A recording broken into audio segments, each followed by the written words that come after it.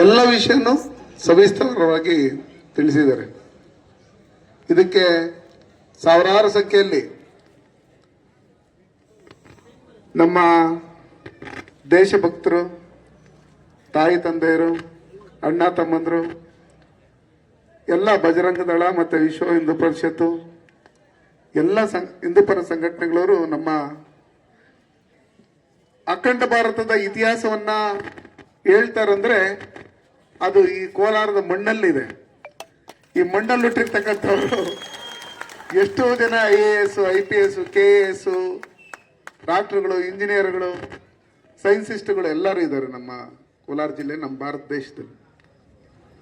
ಈ ಕಾರ್ಯಕ್ರಮದಲ್ಲಿ ಸಿಗಳ್ಳಿ ಸುಂದರ್ ಅವರು, ನಮ್ಮ ಬಜರಂಗಗಳ ಬಾಬಣ್ಣವರು ಎಲ್ಲರೂ ಇದ್ದಾರೆ. ನೆನ್ನೆ ಯಾರೋ ಮುನ್ಸ್ವಾಮಿ ಅವ್ರು ಬರ್ತಾರೆ, ಏನೇನೋ ಮಾತಾಡ್ತಾರೆ ಅಂತ ಹೇಳಿ ಆ ಪಾಕಿಸ್ತಾನ ಏಜೆಂಟ್ಗಳು SDP ಅವರು ಇಲಾಖೆಗೆ ಅರ್ಜಿಯನ್ನು ಕೊಟ್ರಂತೆ. ನೀವಿಂತ 100 ಅಲ್ಲ 1000 ಅರ್ಜಿ ಕೊಟ್ರೇನು ನಿಮ್ ಕೈನಲ್ಲಿ ಏನು ಮಾಡಕ್ಕಾಗಲ್ಲ. ನಾವೆಲ್ಲ ಒಂದೇ. ನೀವೇನಿದ್ದೀರಿ ಈ ದೇಶದ ಇತಿಹಾಸವನ್ನು ತಿಳ್ಕೊಂಡು ಈ ದೇಶದ ಭಾರತ ಮಾತೆಯ ಮಕ್ಕಳಾಗಿದ್ರೆ ಮಾತ್ರನೇ ನಾವೆಲ್ಲರೂ ಒಟ್ಟಿಗೆ ಅಣ್ಣ ತಮ್ಮಂದ ರೀತಿಯಲ್ಲಿ ಇರ್ಬೋದು. ಅದು ಬಿಟ್ಟು ಈ ದೇಶದಲ್ಲೇ ಇದ್ದು ಪಾಕಿಸ್ತಾನದ ಏಜೆಂಟ್ಗಳಂತೆ ವರ್ತನೆ ಮಾಡ್ತಾ ಇದ್ರೆ, ನಮ್ಮ ಕುಮಾರಿ ಆರ್ಕ ಅವರು ಏನು ಹೇಳಿದ್ರು, ನಮ್ಮ ಹತ್ರನೂ ಕಲ್ಲಿದೆ, ನಮ್ಮ ಹತ್ರನೂ ತ್ರಿಶೂಲ ಇದೆ, ನಮ್ಮ ಹತ್ರನೂ ಖಡ್ಗ ಇದೆ. ನಮ್ಮ ದೇವರುಗಳದೆಲ್ಲ ಅಸ್ತ್ರಗಳೇನು, ನಮ್ಮ ದೇವರುಗಳ ಹತ್ರ ಏನೇನು ಅಸ್ತ್ರಗಳಿದೆಯೋ ಆ ಅಸ್ತ್ರಗಳನ್ನೆಲ್ಲ ನಾವು ಕಲ್ಕೊಬೇಕಾಗುತ್ತೆ. ನಮ್ಮ ಧರ್ಮ ರಕ್ಷಣೆಗೆ, ನಮ್ಮ ದೇಶದ ರಕ್ಷಣೆಗೆ ನಾವೆಲ್ಲರೂ ಒಗ್ಗಟ್ಟಾಗಿ ನಿಂತ್ಕೊಳ್ಬೇಕಾಗುತ್ತೆ. ನಿಂತ್ಕೊಂತೀರಾ? ಹಂಗಾಗಿ ರಾಜಕಾರಣದಲ್ಲಿ ಇತ್ತೀಚಿನ ದಿನಗಳಲ್ಲಿ ಧರ್ಮಸ್ಥಳದ ಹೆಸರನ್ನ ಹಾಳು ಮಾಡ್ಬೇಕಂತ ಹೇಳಿ ಆ ಯೂಟ್ಯೂಬರ್ ಸಮೀರ್ ಬಚಾವನು, ಇನ್ನು ಅವನಿಗೆ ಬೇರೆ ಪಾಕಿಸ್ತಾನದಿಂದ ಬೇರೆ ಬೇರೆ ಲೆಫ್ಟಿಸ್ಟ್ಗಳು ಅವರೆಲ್ಲ ಅಕೌಂಟ್ಗೆ ದುಡ್ಡು ಹಾಕಿ, ಆ ತಿಮ್ರೂಡಿಗೆಲ್ಲ ಅಕೌಂಟ್ಗೆ ಹಾಕಿ, ಆ ಗಿರೀಶ್ ಮಟ್ಟಣ್ಣ ಅಕೌಂಟ್ಗೆ ದುಡ್ಡು ಹಾಕಿ, ಅವನ ಯಾರೋ ಮುಸುಕುದಾರಿಯನ್ನ ಅಲ್ಲಿ ಕಳಿಸಿ ಏನೇನೋ ತಪ್ಪು ಭಾವನೆಗಳನ್ನ ಬರೋಂಥ ರೀತಿಯಲ್ಲಿ ಜನರಿಗೆ ತಿಳಿಸ್ತಾ ಇದ್ದಾರೆ. ಆದ್ರೂ ಅದೆಲ್ಲ ಸುಳ್ಳು ಅಂತ ಹೇಳಿ ಒಂದಲ್ಲ ಎರಡಲ್ಲ 10-15 ಜಾಗದಲ್ಲಿ ಅಗದು ಬಗದು ನೋಡಿದ್ರೂ ಒಂದೇ ಒಂದು ಅಲ್ಲಿ ಏನು ಸಿಕ್ಕಿಲ್ಲ. 106 ಹೆಣಗಳಿದೆ ಅಂತ ಹೇಳಿದ್ರು. ಇದನ್ನೆಲ್ಲ ಮಾಡಿಸ್ತಾ ಇರೋರು ಯಾರು? ಇದೇ SDP ಅವರು, ಇದೇ ಪಾಪ್ಯುಲರ್ ಫ್ರಂಟ್ ಆಫ್ ಇಂಡಿಯಾದವರು, ಇದೇ ಪಾಕಿಸ್ತಾನಿ ಏಜೆಂಟ್ಗಳವರು. ಏನಕ್ಕೆ NIA ನಮ್ಮ ಕೋಲಾರಕ್ಕೆ ಬಂದು ಕೆಲವ್ರನ್ನ ಅರೆಸ್ಟ್ ಮಾಡ್ಕೊಂಡು ಹೋಗುತ್ತೆ, ಹುಬ್ಳಿಗೆ ಬಂದು ಕೆಲವ್ರನ್ನ ಅರೆಸ್ಟ್ ಮಾಡ್ಕೊಂಡು ಹೋಗುತ್ತೆ, ಮಂಗಳೂರಿಗೆ ಬಂದು ಒಂದಷ್ಟು ಜನನ ಅರೆಸ್ಟ್ ಮಾಡ್ಕೊಂಡು ಹೋಗುತ್ತೆ, ಮೈಸೂರಿಗೆ ಬಂದಷ್ಟು ಜನನ ಅರೆಸ್ಟ್ ಮಾಡ್ಕೊಂಡು ಹೋಗ್ತಾರೆ ಅಂದ್ರೆ, ಈ ದೇಶದಲ್ಲಿದ್ದು ಈ ದೇಶದ ನೆಲ ಜಲ ಪ್ರತಿಯೊಂದು ಸವಲತ್ತನ್ನು ಅನುಭವಿಸಿ ನಾನು ಪಾಕಿಸ್ತಾನ ಅಂತ ತಿಳ್ಕೊಂಡಿರ್ತಕ್ಕಂಥವ್ರು ಈ ದೇಶದಲ್ಲಿ ಇದ್ದಾರೆ. ಅದಕ್ಕೋಸ್ಕರನೇ ಅವರೆಲ್ಲರೂ ಬರ್ತಾ ಇರ್ತಕ್ಕಂಥವ್ರು. ಲಷ್ಕರ್ ಇ ತೊಯ್ಬಾ ಅವರು, ಬೇರೆ ಬೇರೆ ಸಂಘಟನೆಗಳಿಗೆ ಸೇರಿರ್ತಕ್ಕಂಥವ್ರು ಇಲ್ಲೂ ಇದ್ದಾರೆ ಅಂತ. ಅದಕ್ಕೆ ರಾಮ ಮಂದಿರ ಕಟ್ಟೋದಕ್ಕೆ 500 ವರ್ಷಗಳ ಹೋರಾಟ, ಈ ದೇಶಕ್ಕೆ ಸ್ವತಂತ್ರ ಬರೋದಕ್ಕೆ 106 ವರ್ಷಗಳು ಹೋರಾಟ, ಸುಮಾರು ಒಂದು 6 ಲಕ್ಷಕ್ಕೂ ಜನ ಸ್ವತಂತ್ರ ಹೋರಾಟಗಾರರು ನಮ್ಮ ತಾಯಿ ಅವರ ಮಕ್ಕಳನ್ನ ಕಳ್ಕೊಂಡು ಇವತ್ತು ನಮ್ಗೆ ಸ್ವತಂತ್ರನ ಕೊಟ್ಟಿರ್ತಕ್ಕಂಥದ್ದು. ನಾವಿಲ್ಲಿ ಜಗಳ ಆಡ್ಬೇಕು ಅಂತಲ್ಲ. ಅವ್ರೇನೋ ಹೋರಾಟ ಮಾಡ್ತಾರೆ, ಅವ್ರೇನೋ ಮಾತಾಡ್ತಾರೆ, ಅದಕ್ಕೆ ಅಡ್ಡ ಬಡಿಸೋದಲ್ದ. ನಾವು ಈ ದೇಶದಲ್ಲಿದ್ದೀರಿ, ಈ ದೇಶದಲ್ಲಿ ಇದ್ದು ನಾವು ಯಾವ ರೀತಿ ದೇಶದ ಪರವಾಗಿರ್ಬೇಕು, ದೇಶದ ಮಕ್ಕಳಾಗಿರ್ಬೇಕು ಅನ್ನೋದನ್ನ ಅವ್ರು ತಿಳ್ಕೊಂಡಿಲ್ಲ, ಅವ್ರಿಗೆ ಅರ್ಥ ಆಗಿಲ್ಲ. ಇವತ್ತು ಒಂದು ರಾಮನ ಭಜನೆ ಮಾಡ್ಬೇಕಂದ್ರೂ ಪರ್ಮಿಷನ್ಗೆ ಹೋಗ್ಬೇಕು, ಒಂದು ಗಣೇಶ ಇಟ್ಬೇಕಾದ್ರೂ ಪರ್ಮಿಷನ್ಗೆ ಹೋಗ್ಬೇಕು. ಅವ್ರಿಗೆ ಏನೇ ಮಾಡಿದ್ರೂ ಅವ್ರಿಗೇನು ಪರ್ಮಿಷನ್ ಏನು ಬಾಕಿಲ್ಲ, ಎಲ್ಲ ಫ್ರೀ. ಪೊಲೀಸರು ನೋಡಿದ್ರೂ ಫ್ರೀನೇ, ಪೊಲೀಸ್ ಸ್ಟೇಷನ್ಗೆ ಬೆಂಕಿ ಹಾಕಿರೇನು ಫ್ರೀನೇ, ಪೊಲೀಸರು ಕಾರ್ಗಳು ಹೊಡೆದಾಕಿರೇನು ಫ್ರೀನೇ, ಏನ್ ಮಾಡಿದ್ರೇನು ಫ್ರೀನೇ. ಅವ್ರು ನಮ್ಮ ಬ್ರದರ್ಸ್ ಅಂತಾರೆ. ನಾವ್ ಯಾರು ಹಂಗಾದ್ರೆ?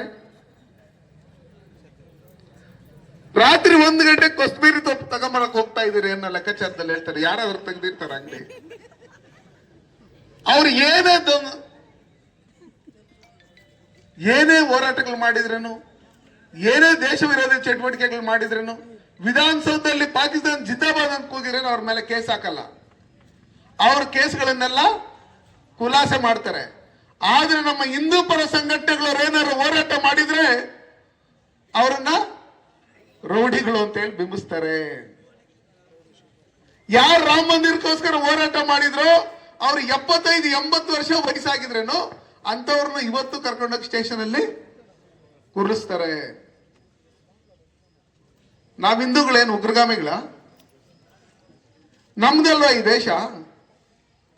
ಈ ದೇಶದಲ್ಲಿದ್ದು ನಾವೆಲ್ಲ ಒಗ್ಗಟ್ಟಾಗಿದ್ರೆ ಯಾವ ರೀತಿ ನಾವು ಸಂತೋಷವಾಗಿ ಬಾಳ್ಬೋದು, ಯಾವ ರೀತಿ ಅವ್ರಿಗೂ ಭಯ ಇರುತ್ತೆ ಅನ್ನೋದ್ರ ವಿಚಾರದಲ್ಲಿ ನಾವು ಅರ್ಥ ಮಾಡ್ಕೊಬೇಕು. ಚುನಾವಣೆ ಬಂದಾಗ ನಾವು ನೋಡ್ತೀವಿ, ಯಾವುದೋ ಗ್ಯಾರಂಟಿಗಳು ಅನ್ನೋ ಲೆಕ್ಕಾಚಾರದಲ್ಲಿ ಹೇಳ್ತಾರೆ, ಬೇರೆ ಇನ್ನೇನೇನೋ ಹೇಳ್ತಾರೆ. ಅದನ್ನೇನೇನೋ ಕೇಳ್ಕೊಂಡು ನಾವು ಓಟ್ ಹಾಕಿ ನಾವೇ ಗೆಲ್ಸಿ ಕಳಿಸಿರ್ತಕ್ಕಂಥವ್ರು ನಮ್ಮ ವಿರುದ್ಧವಾಗಿ, ನಮ್ಮ ಧರ್ಮದ ವಿರುದ್ಧವಾಗಿ ದಿನಾ ಮಾತಾಡ್ತಾ ಇದ್ರು ಅದನ್ನ ಕೇಳಿಸ್ಕೊಂಡು ಸೈಲೆಂಟ್ ಆಗಿರ್ತಾರೆ. ಧರ್ಮಸ್ಥಳದ ವಿಷಯದಲ್ಲಿ ಯಾವ ರೀತಿ ಆರೋಪಗಳನ್ನ ಮಾಡಿದ್ರು ಅದೇ ರೀತಿಯಲ್ಲಿ ಬೇರೆ ಬೇರೆ ಇತಿಹಾಸ ಇರ್ತಕ್ಕಂಥ ದೇವಸ್ಥಾನಗಳು ಯಾರ್ಯಾರು ಸ್ವಾಮೀಜಿಗಳಿದ್ದಾರೆ ಅವ್ರ ಮೇಲೆಲ್ಲ ಆರೋಪ ಮಾಡೋದಕ್ಕೆ 10-15 ವರ್ಷದಿಂದಾನೇ ಪಿತೂರಿಗಳು ಹಾಕಿರ್ತಾರೆ ಇವರು. ಅದಕ್ಕೋಸ್ಕರ ನಾವೆಲ್ಲ ಎಚ್ಚೆತ್ಕೊಬೇಕು. ಹೆಚ್ಚಿಗೆ ಏನು ನಾನು ಮಾತಾಡಲ್ಲ, ಕುಮಾರಿ ಅವರು ಮಾತಾಡಿರೋದ್ರಿಂದ ಅದನ್ನ ಅರ್ಥ ಮಾಡ್ಕೊಂಡ್ರೆ ಸಾಕು. ನಮ್ಮ ಜನ್ಮ ಪಾವನ ಹೇಳಿ, ಅದನ್ನ ನಾವು ಮೈಗೂಡಿಸ್ಕೊಂಡ್ರೆ ಸಾಕು. ನಮ್ಮ ಮನೆಯಲ್ಲಿರ್ತಕ್ಕಂಥ ಮಕ್ಕಳಿಗೆಲ್ಲ ಹೇಳಿ ನಮ್ಮ ಧರ್ಮದ ಬಗ್ಗೆ, ನಮ್ಮ ಸ್ವತಂತ್ರ ಯಾವ ರೀತಿ ಬಂದ್ರು, ನಾವು ಯಾವ ರೀತಿ ಇರಬೇಕು, ಮುಂದಿನ ಪೀಳಿಗೆ ನಾವು ಧೈರ್ಯವಾಗಿರ್ಬೇಕಂದ್ರೆ, ನಮ್ಮ ಮಕ್ಕಳು ಮೊಮ್ಮಕ್ಕಳು ಎಲ್ಲ ಸಂತೋಷವಾಗಿರ್ಬೇಕಂದ್ರೆ ಈ ದೇಶದಲ್ಲಿ ನಾವು ಯಾವ ರೀತಿ ಇರಬೇಕು ಅಂತೇಳಿ ಇತಿಹಾಸ ತಿಳಿಸ್ಕೊಡ್ಬೇಕು ಅಂತ ಹೇಳಿ ಕುಮಾರ್ ಅವರು ಯಾವ ರೀತಿ ಹೇಳಿದಾರೋ ಅದೇ ರೀತಿಯಲ್ಲಿ ನಮ್ಮ ಮಕ್ಕಳಿಗೆ ಸಂಸ್ಕೃತಿ ಬಗ್ಗೆ, ನಮ್ಮ ಧರ್ಮದ ಬಗ್ಗೆ ತಿಳಿಸ್ಬೇಕು.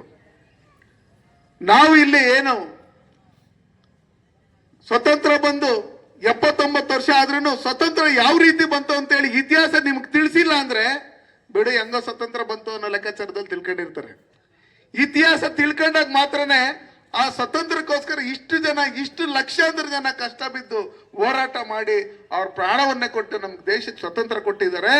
ಯಾವ ರೀತಿ ದೇಶ ವಿಭಜನೆ ಆದಂತ ಸಂದರ್ಭದಲ್ಲಿ ಇಲ್ಲಿ ನಾವು ಸ್ವತಂತ್ರ ದಿನೋತ್ಸವನ್ನ ಆಚರಿಸ್ತಾ ಇದ್ರೆ ಅಲ್ಲಿಂದ ನಮ್ಮ ಹಿಂದೂಗಳೇನು ಪಾಕಿಸ್ತಾನದಲ್ಲಿದ್ರು ಅವ್ರನ್ನ ಕೊಲೆ ಮಾಡಿ ಅದೇ ಟ್ರೈನಲ್ಲಿ ದೇಶಕ್ಕೆ ಕಳಿಸಿರ್ತಕ್ಕಂಥದ್ದು. ಇದನ್ನೆಲ್ಲ ನಾವು ಹೇಳ್ತಾ ಇದ್ರೆ ನಮ್ಮಲ್ಲಿರ್ತಕ್ಕಂಥ ಯುವಕರು ಏನಿದ್ದಾರೆ ಆ ಯುವಕರೆಲ್ಲ ಒಗ್ಗಟ್ಟಾಗ್ತಾರೆ, ಯಾವುದೇ ದುಶ್ಚಟಗಳಿಗೆ ಬಲಿ ಆಗದೆ ನಾವೆಲ್ಲ ಒಂದಾಗ್ಬೇಕು ಅನ್ನೋ ಒಂದು ಭಾವನೆ ಅವ್ರಿಗೆ ಬರುತ್ತೆ. ಅದಕ್ಕೋಸ್ಕರನೇ ನಾನು ಹೇಳೋದು, ಈ ಭಾರತದಲ್ಲಿ ಡಾಕ್ಟರ್ ಬಾಬಾ ಸಾಹೇಬ್ ಅಂಬೇಡ್ಕರ್ ಕೊಟ್ಟಿರ್ತಕ್ಕಂಥ ಸಂವಿಧಾನದಲ್ಲಿ ಮಾತ್ರ ನಡೀತಾ ಇರ್ತಕ್ಕಂಥದ್ದು. ಆದ್ರೆ ಇತ್ತೀಚಿನ ದಿನಗಳಲ್ಲಿ ಬೇರೆ ಬೇರೆ ಯಾರ್ಯಾರೋ ಕೊಟ್ಟಿರ್ತಕ್ಕಂಥ ಇದ್ರಲ್ಲಿ ನಡೀತಾ ಇರ್ತೈತೆ. ಪಾರ್ಲಿಮೆಂಟ್ ಅಲ್ಲಿ ನೋಡ್ತಾ ಇದ್ದೀರಿ, ಒಂಥರ ಸಂವಿಧಾನ ಇಟ್ಕೊಂಡು ದಿನ ಇದನ್ನ ಉಳಿಸಿ ಅಂತೇಳಿ ಇಲ್ಲಿ ಹಾಳು ಮಾಡೋಂಥ ಕೆಲಸಗಳನ್ನ ಮಾಡ್ತಾ ಇದ್ದಾರೆ. ನಾವು ಡಿಪಾರ್ಟ್ಮೆಂಟ್ ಅವ್ರಿಗೆ ಹೇಳೋದು ಇಷ್ಟೇ, ನೀವೆಲ್ಲ ನಮ್ಮ ಜೊತೆಲಿ ಇರ್ತೀರಿ. ಈ ದೇಶಕ್ಕೆ ಸ್ವತಂತ್ರ ಬಂದು 79 ವರ್ಷ ಆದ್ರೂ ನಾವು ಕೋಲಾರಲ್ಲಿ ಕ್ಲಾಕ್ ಟವರ್ ಅಲ್ಲಿ ಇಂಡಿಯಾ ಫ್ಲಾಗ್ ಹಾಕ್ಬೇಕಂದ್ರೆ ಕುಮಾರಿ ಹಾರಿಕಾ ಅವರು ನನಗೆ ಮುಳುಬಾಗ್ಲಲ್ಲಿ ಹಿಂಗಿದೆ ಅಣ್ಣ ನೋಡ್ರೋಣ ಅಂತ ಹೇಳ್ಬಿಟ್ಟು ಹೇಳಿದಾಗ ನಾನು ಹೇಳಿದೆ, ನೋಡಮ್ಮ ಕೆಲವೇ ತಿಂಗಳುಗಳಲ್ಲಿ ಅತಿ ಶೀಘ್ರದಲ್ಲಿ ಅದನ್ನ ಬದಲಾವಣೆ ಮಾಡ್ತೀರಿ ಅಂತ ಹೇಳಿದ್ರಿ. ಅದನ್ನ ನಿಮ್ಮೆಲ್ಲರ ಸಹಕಾರದಿಂದ,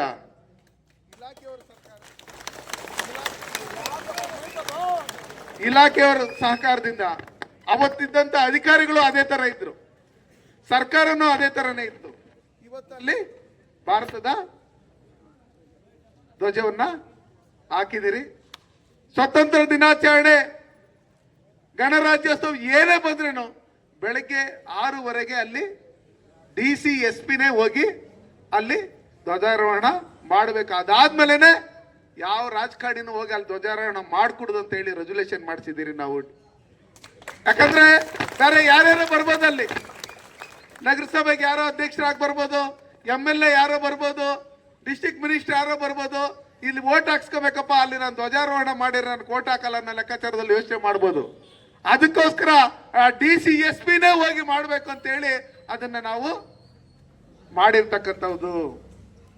ನಮಗ್ ಗೊತ್ತು ಮುಂದೊಂದ್ ದಿನ ಈ ತರ ಎಲ್ಲ ಆಗ್ತಾ ಇರುತ್ತೆ ಅಂತ ಹೇಳಿ ತಿಳ್ಕೊಂಡೆ ಆ ತರ ಮಾಡಿರಿ. ಇನ್ನು ಏನೇನು ಮಾಡ್ಬೇಕಂತ ಇತ್ತು, ಆದ್ರೆ ಕಾರಣಾಂತರಗಳಿಂದ ಮಾಡೇ ಮಾಡ್ತೀರಿ. 500 ವರ್ಷ ಬೇಕಾಯ್ತು ರಾಮ ಮಂದಿರ ಕಟ್ಟೋದಕ್ಕೆ ಅಂದ್ರೆ, ಅಷ್ಟು ವರ್ಷಗಳ ಹೋರಾಟ. ನಾವು ಕೋಲಾರನ್ನ ಈ ದೇಶದಲ್ಲಿ ಇರ್ತಕ್ಕಂಥ ಪ್ರತಿಯೊಬ್ಬರು ನಾವು ಬದಲಾಯಿಸ್ಬೇಕಂದ್ರೆ ಯಾವ ರೀತಿ ಪ್ರಧಾನಮಂತ್ರಿ ಆಗ್ಬೇಕಾದ್ಮೇಲೆ ಆರ್ಟಿಕಲ್ 370 ತೆಗೆಯೋದಕ್ಕೆ ಎಷ್ಟು ವರ್ಷ ಬೇಕಾಗಿತ್ತು, ಅವ್ರು ಬಂದ್ಮೇಲೆ ಎಷ್ಟು ಬೇಗ ತೆಗೆದ್ರು. ಯಾವ ರೀತಿ ಅಖಂಡ ಭಾರತ ಆಗ್ಬೇಕಂತ ಹೇಳಿ ಇವತ್ತು ಕನ್ಸ್ಕೊಂತ ಇರೋದು ಇವತ್ತಿಂದಲ್ಲ, ಅವತ್ತಿಂದ ಕುಮಾರಿ ಆರಿಕ್ ಅವರು ಹೇಳಿದ್ರೆ ನಾವು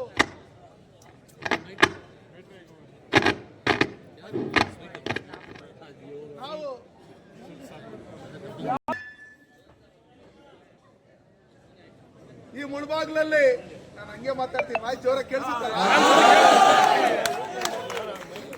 ಈ ಮುಳಬಾಗ್ಲಲ್ಲಿ ಶಿವಾಜಿ ಜಯಂತಿ ಮಾಡ್ಬೇಕಂದ್ರೇನು ಪರ್ಮಿಷನ್ ಬೇಕು ಅಂತ ಹೇಳ್ತಾ ಇದ್ರು. ಆ ಪರ್ಮಿಷನ್ ಬೇಕು ಅಂತ ಕೇಳ್ತಾ ಇದ್ದ ಸಂದರ್ಭದಲ್ಲಿ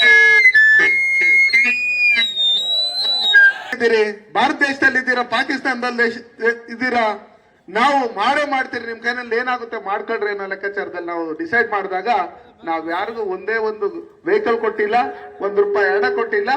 ಸುಮಾರು 25ರಿಂದ 30 ಸಾವಿರ ಜನ ಬಂದು ಶಿವಾಜಿ ಜಯಂತಿಯನ್ನ ಮಾಡಿದ್ರು. ಈ ಮುಳುಬಾಗ್ಲು ಅಂತ ಹೇಳಿದ್ರೇನೆ ಒಂದ್ ರೀತಿಯಲ್ಲಿ ಹಿಂದುತ್ವ ಅನ್ನೋದ್ರಲ್ಲಿ ಅವ್ರ ಬ್ಲಡ್ ಅಲ್ಲಿ ಬಂದ್ಬಿಟ್ಟಿದೆ.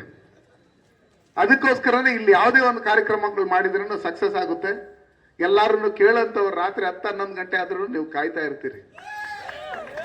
ನಾವ್ ಹೇಳೋದಿಷ್ಟೇ, ಕುಮಾರಿ ಅವರು ಎಲ್ಲ ವಿಷಯಗಳನ್ನು ತಿಳಿಸಿದ್ದಾರೆ. ನಾವೆಲ್ಲ ಒಗ್ಗಟ್ಟಾಗಿರ್ಬೇಕು. ಈ ದೇಶದಲ್ಲಿ, ಈ ರಾಜ್ಯದಲ್ಲಿ ಏನೇನ್ ನಡೀತಾ ಇದೆ, ನಮ್ಮ ಧರ್ಮಸ್ಥಳದ ವಿಷಯದಲ್ಲಿ ಏನೇನ್ ಪಿತೂರಿ ನಡೀತಾ ಇದೆ, ಅಲ್ಲಿ ಧರ್ಮಾಧಿಕಾರಿಗಳ ಮೇಲೆ ಏನೇನ್ ಪಿತೂರಿ ನಡೀತಾ ಇದೆ, ಇದಕ್ಕೆಲ್ಲ ಅವ್ರಿಗೂ ನಾವು ಧೈರ್ಯ ತುಂಬಂತ ಕೆಲಸಗಳನ್ನು ಮಾಡ್ಬೇಕು.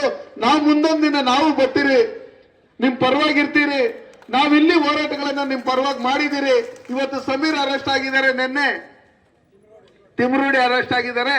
ನಾಳೆ ದಿನ ಆ ತಮಿಳ್ನಾಡಲ್ಲಿ ಒಂದು MP ಇದ್ದಾನೆ, ಅವರೂ ಅರೆಸ್ಟ್ ಆಗ್ತಾರೆ. ಯಾರ್ಯಾರು ಇದಕ್ಕೆ ಪಾಕಿಸ್ತಾನದಿಂದ ಹಣ ಕೊಟ್ರು, ಯಾವ ಮಿಷನರೀಸ್ ಹಣ ಕೊಟ್ರು, ಇದನ್ನೆಲ್ಲ ನಮ್ಮಲ್ಲಿ ಅಮಿತ್ ಶಾ ಅವರು ಇದನ್ನ ತನಿಖೆ ಮಾಡಬೇಕು ಅನ್ನೋ ಲೆಕ್ಕಾಚಾರದಲ್ಲಿ ಡಿಸೈಡ್ ಮಾಡಿರೋದ್ರಿಂದ ನಾವೆಲ್ಲರೂ ಇಲ್ಲಿದ್ದು ಇಲ್ಲಿ ಯಾರ್ಯಾರು ನಮ್ಮ ದೇಶದ ವಿರುದ್ಧವಾಗಿ ಚಟುವಟಿಕೆಗಳನ್ನ ನಡೆಸ್ತಾ ಇರ್ತಾರೋ ಅದು ನಮ್ಮ ಡಿಪಾರ್ಟ್ಮೆಂಟ್ಗೂ ಗೊತ್ತು, ನಿಮಗೂ ಗೊತ್ತು. ಅವ್ರನ್ನ ಕೂಡಲೇ ಹಿಡಿದು, ಯಾರೇ ದೇಶದ್ರೋಹಿಗಳಾಗಿರ್ಲಿ, ಇಲ್ಲಿ ಯಾರೇ MLA ಆಗಿರ್ಲಿ, ಡಿಸ್ಟ್ರಿಕ್ಟ್ ಮಿನಿಸ್ಟರ್ ಆಗಿರ್ಲಿ, ದೇಶ ಫಸ್ಟ್, ದೇಶದ್ರೋಹಿಗಳನ್ನ ನಾವು ಹಿಡಿದು ಕೊಡ್ತೀರಿ, ಸದೆ ಬಡಿತೀರಿ ಅಂತ ಹೇಳಿ ನಾವು ಡಿಸೈಡ್ ತಗೊಂಡ್ರೆ ಅಕ್ಕಪಕ್ಕದಲ್ಲಿರೋರು ಬಾಲ ಮುದ್ರಕೊಂಡು ಸೈಲೆಂಟ್ ಆಗಿರ್ತಾನೆ. ಅದು ಬಿಟ್ಟು ವೋಟ್ ಬೇಕು, ನಾನು ಕಾರ್ಪೊರೇಟರ್ ಆಗ್ಬೇಕು, ನಾನು ಪುರಸಭಾ ಸದಸ್ಯ ಆಗ್ಬೇಕು, ನಾನು ಗ್ರಾಮ ಪಂಚಾಯತ್ ಮೆಂಬರ್ ಆಗ್ಬೇಕು, ನಾನು ಜಿಲ್ಲಾ ಪಂಚಾಯತ್ ಆಗ್ಬೇಕು, ನಾನು MLA ಆಗ್ಬೇಕು, ನಮ್ ದೇಶದ ವಿರುದ್ಧವಾಗಿ ಯಾವನ್ ಏನಾದ್ರು ಮಾತಾಡ್ಕೊಳ್ಳಿ, ನಾವು ಕೇಳಿಸ್ಕೊಂಡು ಸುಮ್ಮನೆ ಇದ್ಬಿಡೋಣ.